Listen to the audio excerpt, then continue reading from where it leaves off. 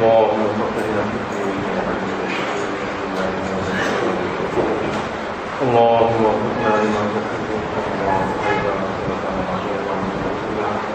وقنا بالله ربنا المشتاق بمحمد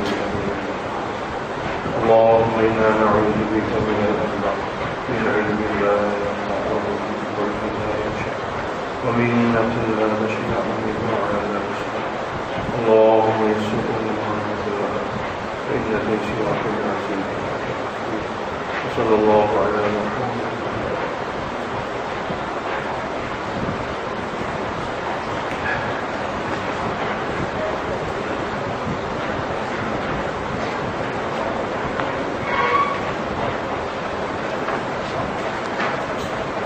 أعوذ بالله من الشيطان الرجيم.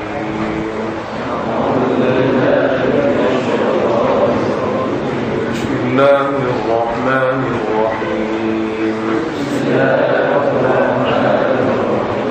ود طائفة من أهل الكتاب لو يضلونكم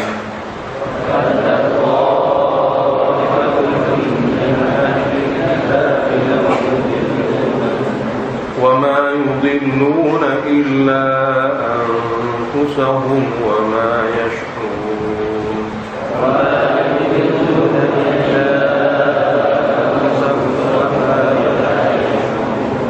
يا أهل الكتاب لم تكفرون بآيات الله وأنتم تشهدون.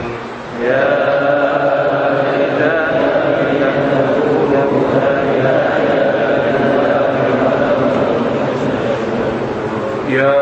أهل الكتاب لم تلبسون الحق بالباطل وتكتمون الحق.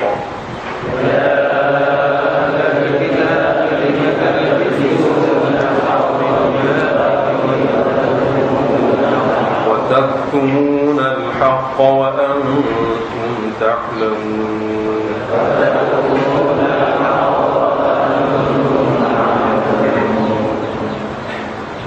Ini sifat fikih yang keluar daripada kalangan ahli kitab, itu syikayah yang keluar meminta Allah Ta'ala mengenai sifat fikih yang keluar.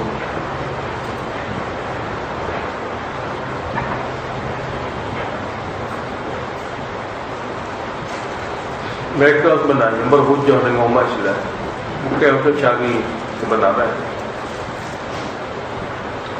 berhujah dengan umat Islam atau dengan Al-Quran ini untuk menyesatkan atau merusakkan agama Rasul. Jika berdebat kerana mencari kebenaran, memang ada kebenaran daripada syariat, boleh. Tapi jika berdebat atau berhujah untuk merusakkan, memang ini merupakan sifat lagi.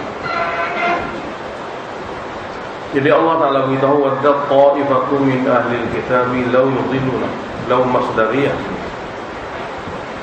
Satu puak daripada ahli kitab sangat ingin menyesatkan kamu, yakni ingin kesesatan berlaku pada kamu. Satu puak daripada ahli kitab sangat berkeinginan kesesatan berlaku pada kamu. Sebab tu dia soal kamu supaya kamu juga jadi sesat. Sebenarnya wa ma yudilluna illa anfusahum, dan mereka tidak menyesatkan siapa melainkan diri mereka sendiri. Wa ma yashurun, dan mereka tidak sedar betapa teruknya amalan.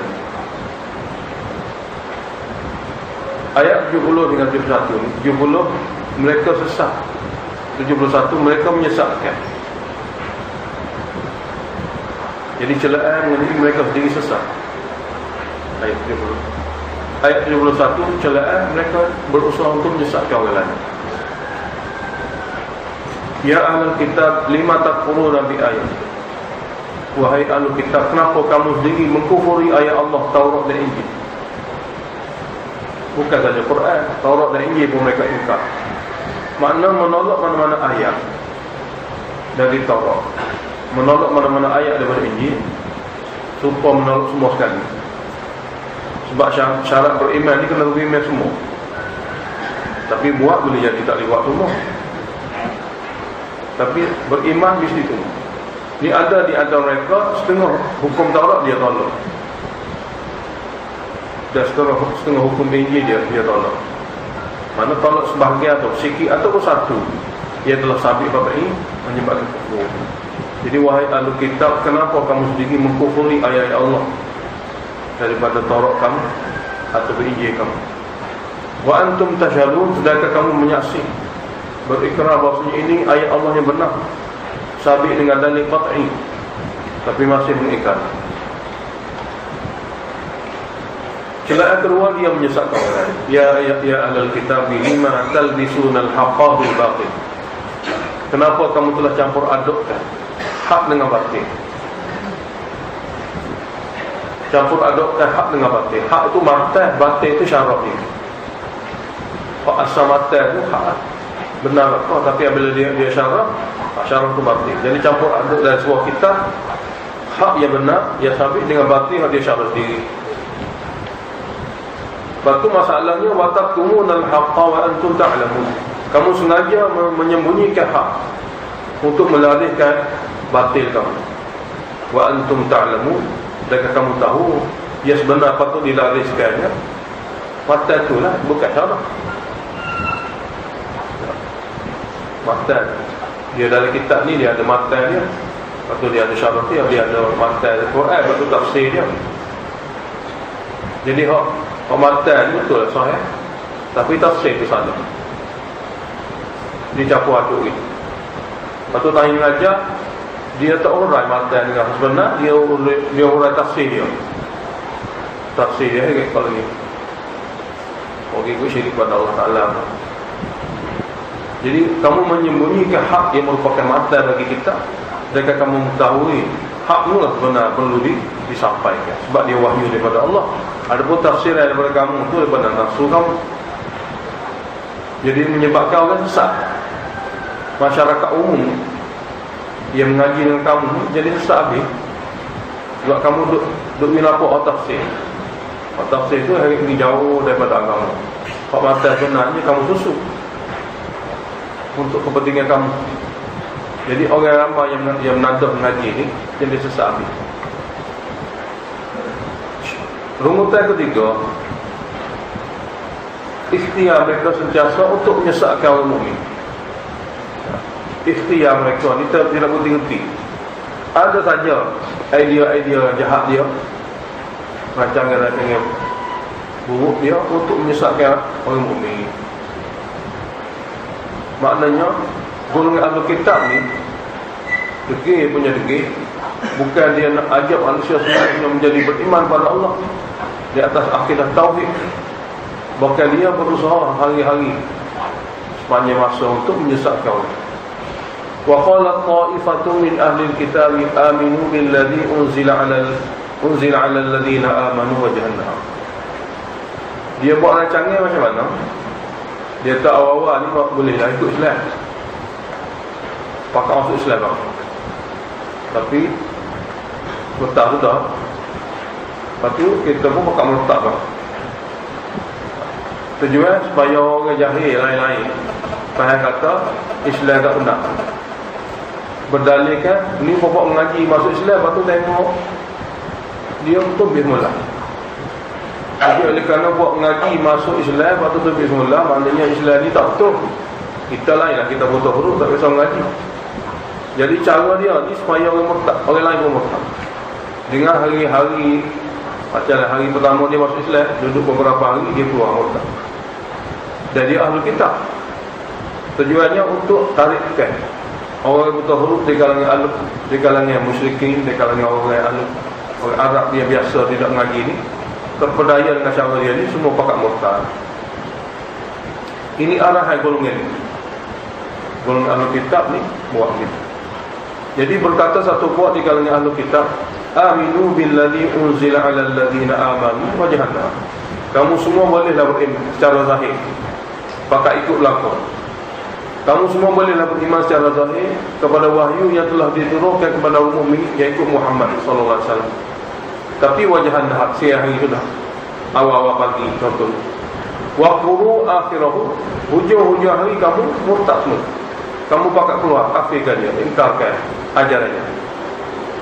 La'allahum yarji'un, mudah-mudahan sudah ada dalam Islam itu akan murtad lah, meninggalkan agama mereka. Dengan cara ni mereka pun tengok kamu murtad, mereka akan murtad atas rasa orang mengaji masuk Islam dia banding-banding rupanya tak betul. Kita memang tidak ada asal. Jadi dengan cara ni kamu boleh menyebabkan mereka juga. Tapi dia pesan juga sepatah kepada pokok dia tu, wala tu'minu, kamu jangan percaya daripada hati. Sekadar zahir sudah. Kamu janganlah percaya. Dia arah kepada golongan dia, golongan ahli kitab. Dalam rancangnya dia ni, kamu semua jangan percaya. Dan upaya janganlah percaya illa liman tabi'a dinakum, mereka orang yang ikut agama kamu seperti mana kamu. Jadi beriman dengan mereka ni atas rasa zahir saja. Dalam hati jangan duk masuk dalam.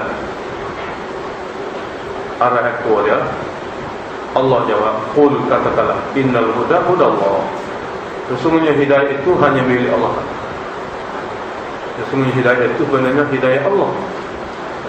Ayyuta ahadu mithla ma utitum aw yuhajjukum 'inda rabbih. Jadi Allah Ta'ala beritahu sesungguhnya hidayah yang Allah Ta'ala bagi kepada umat Islam yang bernabikan Muhammad sallallahu alaihi wasallam, yang berkitabkan Al-Quran itu, Allah bagi hidayah. Bukan sesiapa pun. Hidayah yang ada pada agama Islam melalui kitab Al-Quran, melalui Nabi Muhammad sallallahu alaihi wasallam adalah hidayah Allah. Jadi kamu ni sini muqaddar satu kali. Sebab ini menandakan jumlah ayat ini menandakan kedekian daripada ulama ahli kitab. Deki kau ramai jadi Islam ni jadi deki. Dia buat satu rancangan untuk masuk Islam sebentar, lepas tu tumbik balik nak mengeluarkan umat Islam ramai tu jadi murtad. Sebab kedekian mereka. Jadi Allah Ta'ala beritahu sini muqaddam, dan dabartum hadha, kamu telah buat rancangan yang betul-betul teliti ini dengan sebab kamu deki, iaitu ayyuta ahadu mithla ma utitum, diberi juga kepada seseorang lain sebagaimana diberi kepada kamu, jadi kitab agama. Kamu deki kerana diberi juga kepada satu orang lain, iaitu Nabi Muhammad sallallahu alaihi wasallam, sebagaimana diberi kepada kamu kitab agama. Ataupun kamu buat rancangan ini bima ayyuhajjukum 'inda rabbikum, mereka akan soal kamu dengan dalil dan bukti di depan Tuhan kamu nanti. Sebab agama sebenar daripada wahyu Allah tauhid. Mereka adalah ahli tauhid. Tapi ini agama apa pula? Syirik pada Allah Ta'ala. Dia kata kami pun agama daripada langit, mari daripada Taurat juga, mari daripada Injil, tapi syirik pada Allah. Jadi mereka ini nanti akan berhujah dengan kamu di sisi Tuhan. Jadi tabdik maknanya rad kepada ayat tadi, qul innal fadla biyadillah. Dipilih seseorang menjadi nabi di kalangan sesiapa saja, ini kurniaan Allah Ta'ala. Tidak ada hak bagi manusia mempertikaikan. Walaupun mereka golongan yang telah lama memiliki kitab. Yahudi Nasara ni tidak ada hak untuk mempertikaikan bahwasanya Allah pilih Nabi Muhammad sallallahu alaihi wasallam di kalangan kaum buta huruf untuk beri kitab. Jadi jawab pada mereka, innal fadla biyadillah, bahwasanya kurnia itu, kurnia keagamaan itu dalam genggaman Allah. Yu'tihi man yasha, Allah lah yang berhak memberi kurnia agama ini man yasha kepada sesiapa yang dia kenal. Wallahu wasi'un alimun, Allah Ta'ala itu maha luas pemberian. Dan alim maha mengetahui sesiapa yang sepatutnya dapat, sesuai itu dapat ilmu wahyu. Yakhtassu bi rahmatihi, oleh kerana itu Allah memberi secara khusus rahmat agamanya man yasha'u, siapa saja yang dia kenal. Yakhtassu ni Allah memberi secara khusus. Sebab rahmat ni boleh masuk syurga. Rahmat yang bukan agama Ya, biasa saja. Seperti mana ada Allah Ta'ala sebut tentang kata rahmat dalam Quran mengenai dunia. Wallahu dzul fadlil azim, dan Allah jualah mempunyai kurnia yang sangat agung, yang sangat besar.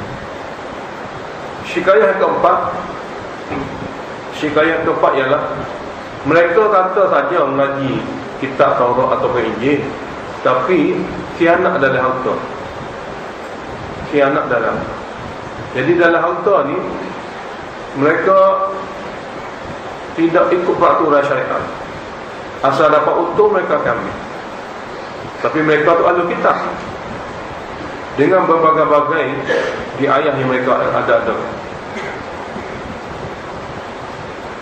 Wa min ahli kitab, ada di kalangan ahli kitab ni, man in ta'manhu bi qintarin, ada segolongan orang, jika kamu bagi amanah kepada dia duit, harta, bikin qintarin begitu banyak, yu'addihi, dia akan jelaskan amanah itu kepada kamu, sebab jujurnya dia. Tapi daripada ahli kitab ini pun ada juga, wa minhum man in ta'manhu bi dinarin, jika kamu suruh kepadanya sebagai amanah, bukan banyak pun, 1 dinar, bagi amanah tu jaga, la yu'addihi ilaika, dia lepas tu tidak akan lagi memberi kepada kamu duit jual kau 1 dinar, illa ma dumta alaihi qa'imah, malaikat kamu tak terus berada di depan dia, berdiri depan dia, tak pergi ke lain. Tapi kalau kamu pergi ke lain saja, tinggal daripada majlis dia, maka walaupun kamu bagi sedina saja sebagai amanah jaga, dia tak akan lagi bagi pada kamu. Dan jadi hak dia, dia kami. Sebab apa tu? Sifat khianat tu. Mana sifat khianat sebahagian pada ahli kitab terhadap orang buta huruf Arab, yang mana cara muamalah dia zaman dulu sangat teruk dalam benda, dalam harta benda. Sebut kata Arab, bas, dia akan tipu. Sungguh-sungguh mereka ni sangat jelas menipu. Allah tak lebih tahu apa dia sanggup tipu itu semua. Zalika yadmi khianat dalam harta tu bi annahum, dengan sebab mereka ahli kitab berkata, qalu laisa alaina fil ummiyina sabil. Mereka berkata tidak ada dosa ke atas kita orang bermazhab Nasara atau bermazhab Yahudi tipu orang buta huruf di kalangan orang Arab. Mereka berkata tidak ada ke atas kita ni pada mengambil harta orang-orang buta huruf Mekah ni ataupun orang-orang buta huruf Arab ni sabilun, sebarang dosa yang kita akan tanggung. Jadi kata minta dia orang Arab buta huruf, kita boleh tipu. Ini dia ayat dia. Sebab itulah bila ada peluang saja tipu, dia akan tipu Arab dia buta huruf ini di segi harta benda. Wa yaquluna 'ala Allah kalimat, mereka mengatakan ini adalah merupakan perintah Allah Ta'ala daripada kitab mereka. Dia sabitkan bahawa ini perkataan bukan makna ini Allah Ta'ala bagi kelebihan pada pokok kita, ini ahli kitab. Kita boleh tipu orang buta huruf di segi harta. Jadi wa yaquluna 'ala Allahil kadhib, mereka sengaja mengatakan ini atas nama Allah. Nah, perkataan yang melahirkan makna bohong. Wahum ya'lamun, sedangkan mereka tahu ini satu perbohongan yang besar. Cara sebenarnya tidak kira mengkhianati di segi harta benda ini, tak kira dia ahli kitab, sama ahli kitab kau atau ahli kitab dengan orang buta huruf Arab kau, sama saja. Bala man awfa bi ahdihi, bahkan sesiapa saja yang menyempurnakan janji. Mana amanah diberi, maka dia sempurnakan amanah itu. Wattaqa, dan jaga pelanggaran hukum, ambil harta orang secara halal dengan cara tidak benar. Fa inna Allah yuhibbul muttaqin, maka sesungguhnya Allah Ta'ala suka kepada hamba yang jaga hukumnya. Takhwif ukhrawi, innal ladhina yashtaruna bi ahdillahi wa imanihim thamanan qalila, bahawa mereka yang sanggup tukar bi ahdillah ini akidah Allah Ta'ala, mana mereka sanggup tukar dengan jual akidah sahih, akidah tauhid kepada Allah Ta'ala. Dan wa imanihim, sanggup jual sumpahan-sumpahan mereka dalam berurusan dengan hamba-hamba Allah yang lain. Mana dia sanggup bersumpah tapi tipu. Mereka yang sanggup menukar akidah dengan Allah Ta'ala, mereka yang sanggup tukar sumpahan yang mereka guna untuk ambil harta orang itu samanan qalilan. Mana jual akidah yang betul, jual sumpah dengan nama Allah untuk samanan qalilan, habuan dunia sedikit, semata-mata kerana nak untungnya dunia sedikit. Orang ini ulaika la khalaqa lahum fil akhirah, mereka ini adalah golongan yang tidak ada lagi apa-apa balasan baik untuk mereka di akhirat nanti. Balas baik memang tak ada. Wala yukallimuhumullah, dan Allah Ta'ala tidak akan lagi bertitah kepada mereka secara lembut. Wala yanzur ilaihim, dan tidak memandang mereka dengan pandangan kasih sayang yaumul qiyamah, pada hari kiamat. Dan yang keempatnya, wala yuzakihim, Allah tidak akan menyucikan mereka daripada sebarang kesalahan dan dosa. Mereka akan bermurah dengan dosa.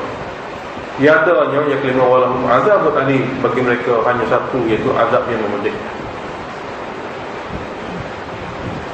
Jadi dalam ayat-ayat yang kita baca tadi, semua muamalah ataupun berurusan dengan orang Arab dulu, mereka rekod-rekodkan tujuan untuk dunia, tujuan untuk tamanan qalilah, habuan dunia itu. Syikayah yang kelima, khianat bukan saja harta, dalam ilmu pengetahuan pun dia khianat. Rumutan Allah Ta'ala di atas kedegila Yahudi ini bukan saja khianat dari segi harta benda, mengadakan di ayat tidak ada masalah ambil harta orang Arab yang betul ni. Bukan setakat harta, bahkan ilmu pengetahuan pun dia khianat. Iaitu wa inna minhum la fariqan, bahawa ada segolongan ahli kitab ni, ada satu puak yalghuna alsinatahum bil kitab, memutablikkan lidah mereka dalam membaca kitab. Maksud mutablik sini ialah heret ayat-ayat kitab Allah ini kepada makna dia. Itu mutablik. Yalghu ni guna lidah mereka untuk menghuraikan perkara yang makna bukan daripada asal kitab. Itu yalghu, memutablik. Ada satu buah ni memutablikkan lidah mereka pada menghuraikan kitab. Tujuannya litahsabuhu minal kitab, supaya kamu pendengar menyangka ini betul-betul daripada kitab. Wa ma huwa minal kitab, sedangkan dia tidak daripada kitab. Makna dia hak sebenar bukanlah ini. Dia telah mutablik bahasa-bahasa yang diguna sehingga makna sebenar kitab tu tak lahir. Tujuannya supaya kamu yang tidak antara kitab depan ni dengar hak dia cakap tu, kamu menyangka dia kitab. Sedangkan wa ma huwa minal kitab, sedangkan dia tu tidak kitab. Mana tidak makna kita sebenar. Makna kita sebenarnya kok lain. Tapi huraian melalui mutablik dia tu beri makna lain. Wa yaqulu, kemudian hak dia mutablik tu mereka kata huwa min indillah, ini pun daripada Allah. Makna lagu ni pun daripada Allah Taala. Wa yaqulu, mereka berkata semasa mengubah suai bahasa dan makna tu, mereka berkata huwa min indillah, inilah dia daripada Allah. Dia lain kalau orang mengaku kita baca mau sekali, tapi saya hurai ini hak saya ni, banyak tu kan, ini pendapat saya mengenai kitab. Itu lain. Walaupun dia betul lari pada makna, tapi mengaku ni dah dia hurai Quran, atau dia hurai Taurat, atau dia hurai Injil, dia tak beritahu pun bahawasanya huraian dia tu lari pada maksud benar. Bukan setakat tu dia mengatakan inilah kehendak Allah. Wa yaquluna huwa min indillah, mereka mengatakan inilah dia kehendak Allah Taala. Huraian dia tu dikatakan kehendak Allah Taala. Nak gini kaedah contohnya. Lafaz ni makna begini. Sedangkan wa ma huwa min indillah, makna seperti itu sebenarnya bukan daripada Allah. Itu huraian tarut dia. Huraian yang dia lari jauh daripada makna benar. Wa yaquluna 'ala Allahi al-kadhiba, mereka sanggup mengatakan atas nama Allah suatu pembohongan. Wa hum ya'lamun, sedangkan hati mereka tahu pun ini adalah bohong. Bukan buat mereka tak tahu ni, sedangkan mereka mengetahui pun ini adalah bohong. Sengaja bubuh nama Allah Ta'ala nak memperakap pendengar yang jahil tidak tahu apa. Jadi apabila ada dalam Quran, bukan umat dahulu saja ni, Bila ada dalam Quran, mana umat akhir zaman pun ada perangai ni. Walaupun asal perangai ni perangai Yahudi, perangai ahli kitab Nasara ataupun Yahudi, tapi kalau lah ada di kalangan umat Islam hari ni cara lagu ni dia buat pada Quran dia, maka inilah juga perangai ahli kitab. Jadi Allah masukkan dia dalam Quran supaya kita yang baca Al-Quran ni dapat pastikan jangan ada di kalangan kita sendiri yang mengaji Quran, dan juga sesiapa saja kita kena tegur, beritahu kepada mereka. Seterusnya ya kita baca dulu ayat 79 ni, jawab bagi kesamaran. Jadi tajuk besar. Kesamarannya, dia kata ni ada huraian-huraian ni, syarah-syarah. Dia beritahu boleh syirik, boleh tawassul dalam mazhab dia. Jadi ada juga perkara-perkara selain pada kitab wahyu ditulis oleh ulama yang makna kitab tu bercanggah dengan wahyu. Ini memperakatkan manusia. Sedangkan apabila kita mengaji ayat yang wahyu ni, tak kira kait kitab mana sekalipun, tak ada, Allah memperkenalkan zat dan sifat dia supaya boleh hujah. Allah boleh hujah lah, ibadat Allah boleh hujah, mana ada. Kalau kitab wahyu memang ajak manusia mentauhidkan Allah, itu maksud kenal Allah Ta'ala. Kalau hujah Allah, hujah daripada Allah Ta'ala, itu bukan maksud kenal, itu maksud syirik. Allah bukan nak betul. Sebab kita Allah ni nak ajar semua hamba, oleh kerana semua jasa tu daripada dia saja, kenapa nak suruh daripada dia? Minta lah daripada dia, kecil besar dunia akhirat. Sebab Allah tidak ada keperantara. Dan inilah apa yang ada dalam kitab wahyu, baik daripada kitab Taurat, Injil ataupun Quran. Tiba-tiba kita ada orang tulis dengan nisbah pada pengarang, memberitahu benar boleh jadi syirik ada juga, syirik tawassul ada juga. Mana perkara-perkara yang dia beritahu dalam kitab juga, dalam tulisan juga, orang yang berpengaruh dengan agama juga, tapi bertentangan dengan wahyu. Kita boleh tolak betul-betul lah. Sebab ini tak mungkin. Walaupun nisbah pada pengarang tu kita kena kata, kena ada kepastian. Sebab tu dalam urusan bahagian kitab ni, dia ada satu jenis lagi kitab, bukan saja cetak, kena tahqiq pula. Kita kena berterima kasih kepada ulama dia beri masa sungguh untuk mentahqiq, menisbahkan tulisan ni kepada tuan asal. Kadang-kadang kitab tu ditulis orang lain, buat nama orang lain. Ini berlaku zaman kita ni pun begitu juga, menisbahkan kitab penulis pengarang ni kepada orang lain untuk dapat sesuatu. Kadang-kadang kitab yang dia karang ni betul ada, tapi dasis dia panggil. Ada tajuk-tajuk yang dimasukkan ni bukan daripada pengarang. Masa pencetakan tu dimasukkan oleh orang tak bertanggungjawab, kalimah-kalimah ataupun makna-makna yang bukan daripada pengarang. Boleh berlaku juga. Sebab tidak dijamin kitab manusia ni. Hak dijamin tak boleh berubahnya Quran. Allah tak jamin kitab lain. Oleh kerana itu, untuk mengenai kitab ni dia ada tahqiq. Dia ada tahqiq. Jadi ada kumpulan ulama yang mahir, dia kata macam jalan bab apa sekalipun, dia kata dia kalau fiqh sekalipun, tajuk kitab gini-gini fiqh syafi'i, okey, fiqh syafi'i. Maka ulama yang mahir dalam fiqh syafi'i dengan usul Syafi'i ni, dia kena ada untuk tahqiq bersesuaian dengan mazhab Imam Syafi'i. Sebab itulah yang tidak suka dengan Hanafi, dia ada usul dia. Jadi orang yang nak tahqiq kitab fiqh syafi'i ini, dia memiliki kemahiran dari segi kitab, dari segi fiqh sendiri dan segi usul fiqh syafi'i sendiri. Jadi kalau orang cek tengok memang betul, dia akan beritahu semua ni betul. Tapi kalau mana-mana poin atau mana-mana hukum atau kesalahan dengan usul atau kaedah Imam Syafi'i, maka dia beritahu ini perkataan tidak mendapati dengan usul mazhab Syafi'i. Jangan-jangan dia bagi pada benda lain. Maka dia boleh tahqiq. Atau kami tidak jumpai hawalah mana rujukan yang dia tuju pada Imam Syafi'i pada kitab dia memang tak ada pun. Kami telah selidiki, tak ada pun benda ni dalam kitab macam tu. Maka sandaran dia kepada kitab asal induk Imam Syafi'i ini tidak benar. Dia ada gitu. Supaya orang yang baca kitab ni, dia tidak Nah, yang ambil mudah membaca kitab ni bila ada tahqiq, selamat dia daripada kekeliruan dan kesilapan. Begitu jugalah tafsir, begitu jugalah hadis.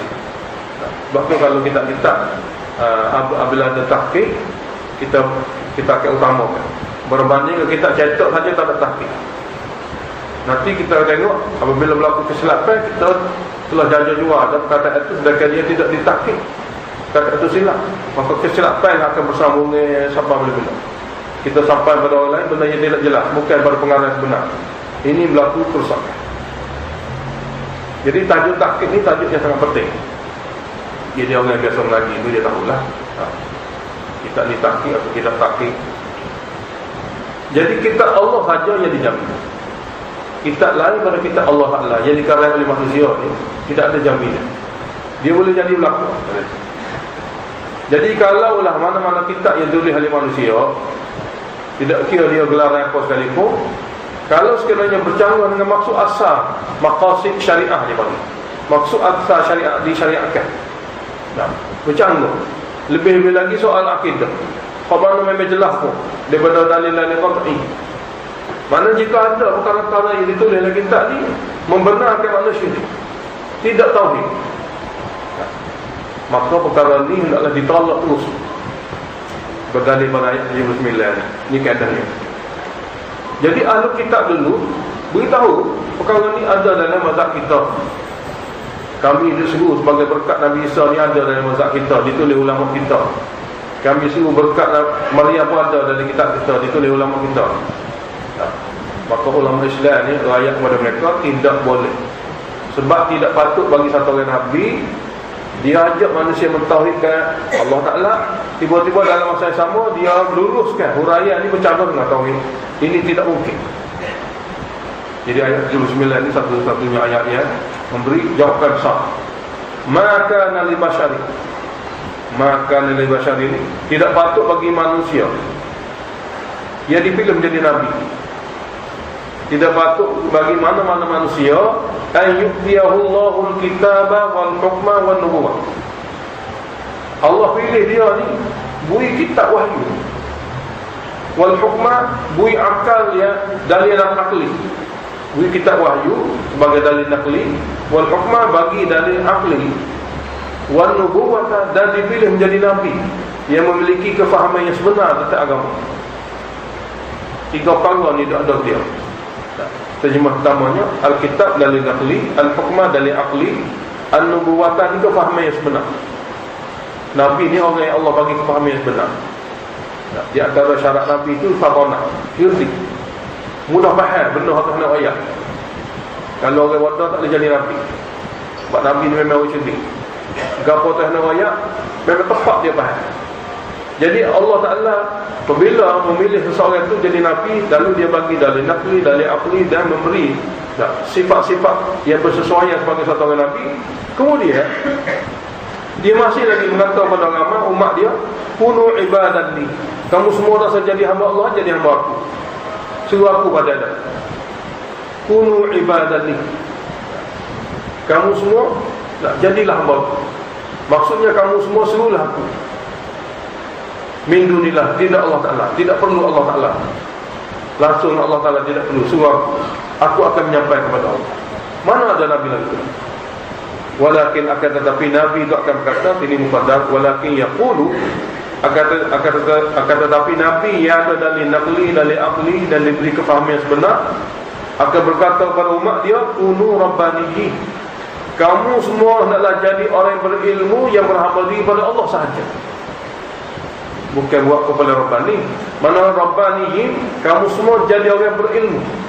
Nah, dia berhamba diri kepada Allah sahaja. Ini Rabbani. Nah, kalimah ini diguna pakai, tapi tidak dipahami. Kamu semua kata Nabi Rabbaniyin, jadilah orang yang berilmu, ia hanya berhamba diri, beribadat kepada Allah sahaja. Sebab nisbah dan Rabb. Rabb ni Allah, orang yang ada hubungan dengan Rabb sahaja. Tak ada perhubungan dengan orang lain. Jadi dia tahu sungguh Rabb dan dia ikut dan patuh sungguh pada Rabb dia, maka dia diberi gelaran Rabbani. Jadi kamu semua kata Nabi pada umat dia, kamu semua kalau jadi Rabbani, macam Nabi kita pun suruh kita semua jadi Rabbani. Orang yang berilmu banyak tentang Rabb, dan orang yang patut setia pada Rabb. Itu arahan Nabi pada umat dia. Maka huraya dia, takut-takut orang kata tu huraya kamu. Nah, Allah Ta'ala beritahu panjang lagi, takut kita buat lebih mana lain. Kata Rabbani, iaitu bima kuntum tu'allimunal kitab, dengan sebab kamu sentiasa mengajar kitab. Maka ilmu tentang kitab ni mahir. Sebab kalau orang mengaji tak mengajar, dia tak nak mahir, dia boleh lupa. Dalam majlis kita ni sejak ni masa mengajar ni, ingatlah bertopik luar memang lupa. Nah, bukan hebat sangat otak kita ni. Maka cara nak mengingatkan, kamu mengajar. Jadi dengan sebab kamu sentiasa tu'allimunal kitab, kamu mengajar kitab wahyu, maka kamu memiliki ilmu yang mantap. Dan wa bima kuntum tadrusun, dengan sebab kamu sentiasa belajar wahyu, belajar semua, mengajar semua, maka barulah wujud berilmu dengan pengetahuan kitab dengan mantap. Lalu orang belajar dan mengajar ni lah, berbanding orang lain, dia lebih jangka Rabb berbanding orang lain. Jadi Nabi suruh kita semua umat dia, kamu jadilah Rabbani, orang yang sentiasa mengajar kitab wahyu dan sentiasa belajar kitab wahyu, supaya nisbah kita dengan kitab ni jadi Rabbani, orang Tuhan. Orang ada hubungan dengan Tuhan kerana ada hubungan dengan kitab Tuhan. Lalu ada kepatuhan yang tak berbelah bagi berbanding dengan orang lain yang tak mengaji dengan Tuhan. Wala ya'murakum, dan mana Nabi menyuruh kamu pula, an tattakhidul malaikata wan nabiyyana arbab. Mana ada Nabi menyuruh kamu supaya kamu ambil para malaikat, ambil para nabi sebagai ganti Tuhan untuk disuruh. Arbaban mana? Pujaan-pujaan untuk disuruh. Rabb juga yang boleh kita suruh, yang boleh kita ambil pertolongan atas tujuan berkat dan sebagainya. Allah Ta'ala tegaskan lagi, ayat murukum bil kufri, adakah Nabi akan suruh kamu jadi kufur dengan suruh Nabi dan wali, dengan suruh malaikat dan jin? Ba'da id antum muslimun, setelah kamu semua jadi orang Islam, akidahnya mentauhidkan Allah, amalan zahirnya menepati sunnah. Mana ada Nabi seperti itu? Jadi ayat ini dengan tegas memberitahu kepada kita, kalau ada mana-mana tulisan manusia yang bertentangan dengan ajaran asal agama, mana tolaklah, sebab dia tidak betul. Jadi cara penyelesaian ialah kena ada mengaji dan belajar, mengajar, hingga hubungan kita dengan Rabb kita ada kuatan. Bukan sekadar dengar-dengar, bahkan dengan ajar belajar. Jadi ayat 1 hingga ayat 80 ni kebanyakannya mengenai tauhid. Kebanyakannya mengenai tauhid. Tak kira ayat-ayat ini sebagai jawapan bagi perkara-perkara yang ada kekeliruan, ada kesamaran tentang tauhid di antara kita dengan ahli kitab atau sesama mereka. Dan juga syikayah, lebih kurang 5 syikayah mengenai kedegilan mereka. Dan akhir sekali mengenai kesamaran, bahawanya ada juga kitab-kitab yang ditulis oleh orang yang bergelar ulama, tapi maknanya bercanggah dengan tauhid. Macam mana? Jadi Allah Ta'ala ajar pada kita, jika bercanggah dengan wahyu, kena faham. Sebab Nabi tidak ajar syirik, sedangkan dalam kitab ajar tauhid. Nabi ajar umat manusia ni jadi hamba Allah, tidak jadi hamba lain pada Allah. Ayat 81 dan seterusnya kita akan baca mengenai risalah tentang kerasulan Nabi kita Muhammad sallallahu alaihi wasallam. Kamul bahasa. Alhamdulillahirabbil alamin. Allahumma shalli wa sallim ala Muhammadin wa ala alihi Muhammad. Allahumma waffiqna lima tuhibbu wa ta'ala wa radina billahi wa bi Muhammadin